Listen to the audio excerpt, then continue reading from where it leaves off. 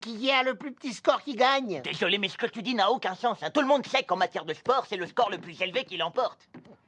T'as rendu une carte de 75 alors que moi, j'ai fait 368. J'étais complètement écrasé. Ah, il a remis la télé à sa place. Ah! Non mais dis-moi que je rêve, qu'est-ce que c'est que cette croûte? Un nouveau fauteuil. Qu'est-ce que t'en dis? Dois-je en conclure que c'est toi qui as mis cette sauce-là? Ton ancien fauteuil était cassé, celui-ci est flambant neuf et entièrement en cuir. Stop, ça ne m'intéresse pas, rapporte-le. Mais pourquoi il est joli?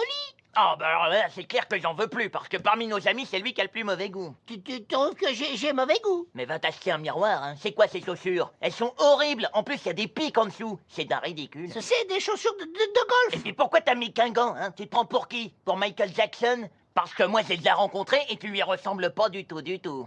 C'est un gant pour jouer au golf. Quand as-tu rencontré Michael Jackson? C'était à l'aéroport de Denver. Mais ça, on s'en fiche. Le plus important, c'est que je veux récupérer mon fauteuil. Il est trop tard, je l'ai donné à une œuvre de charité. Pour qui? Est-ce que tu pourrais nous laisser seuls? Je dois parler à mon colocataire. Pas mon ami depuis des années. Mon colocataire. Bon, bah, d'accord. Aïe!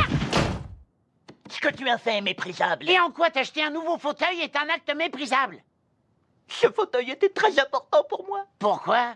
Pourquoi? Mais parce que c'est le seul objet que je possède. Mais de quoi est-ce que tu parles? Ta chambre est pleine d'objets en tout genre. Ce que tu ignores, c'est que tout ce bazar est soit loué, soit trouvé dans une benne à ordures ou emprunté à un porquier.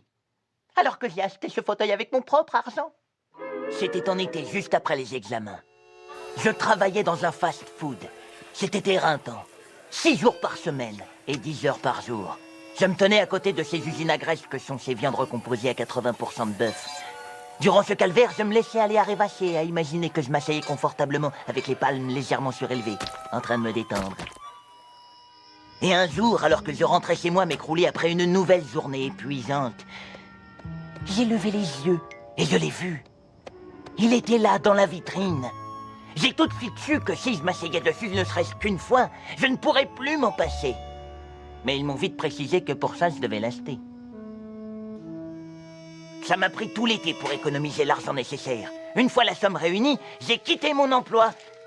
J'ai ensuite acheté ce fauteuil et depuis ce jour, je me suis toujours assis dessus. Enfin, jusqu'à aujourd'hui.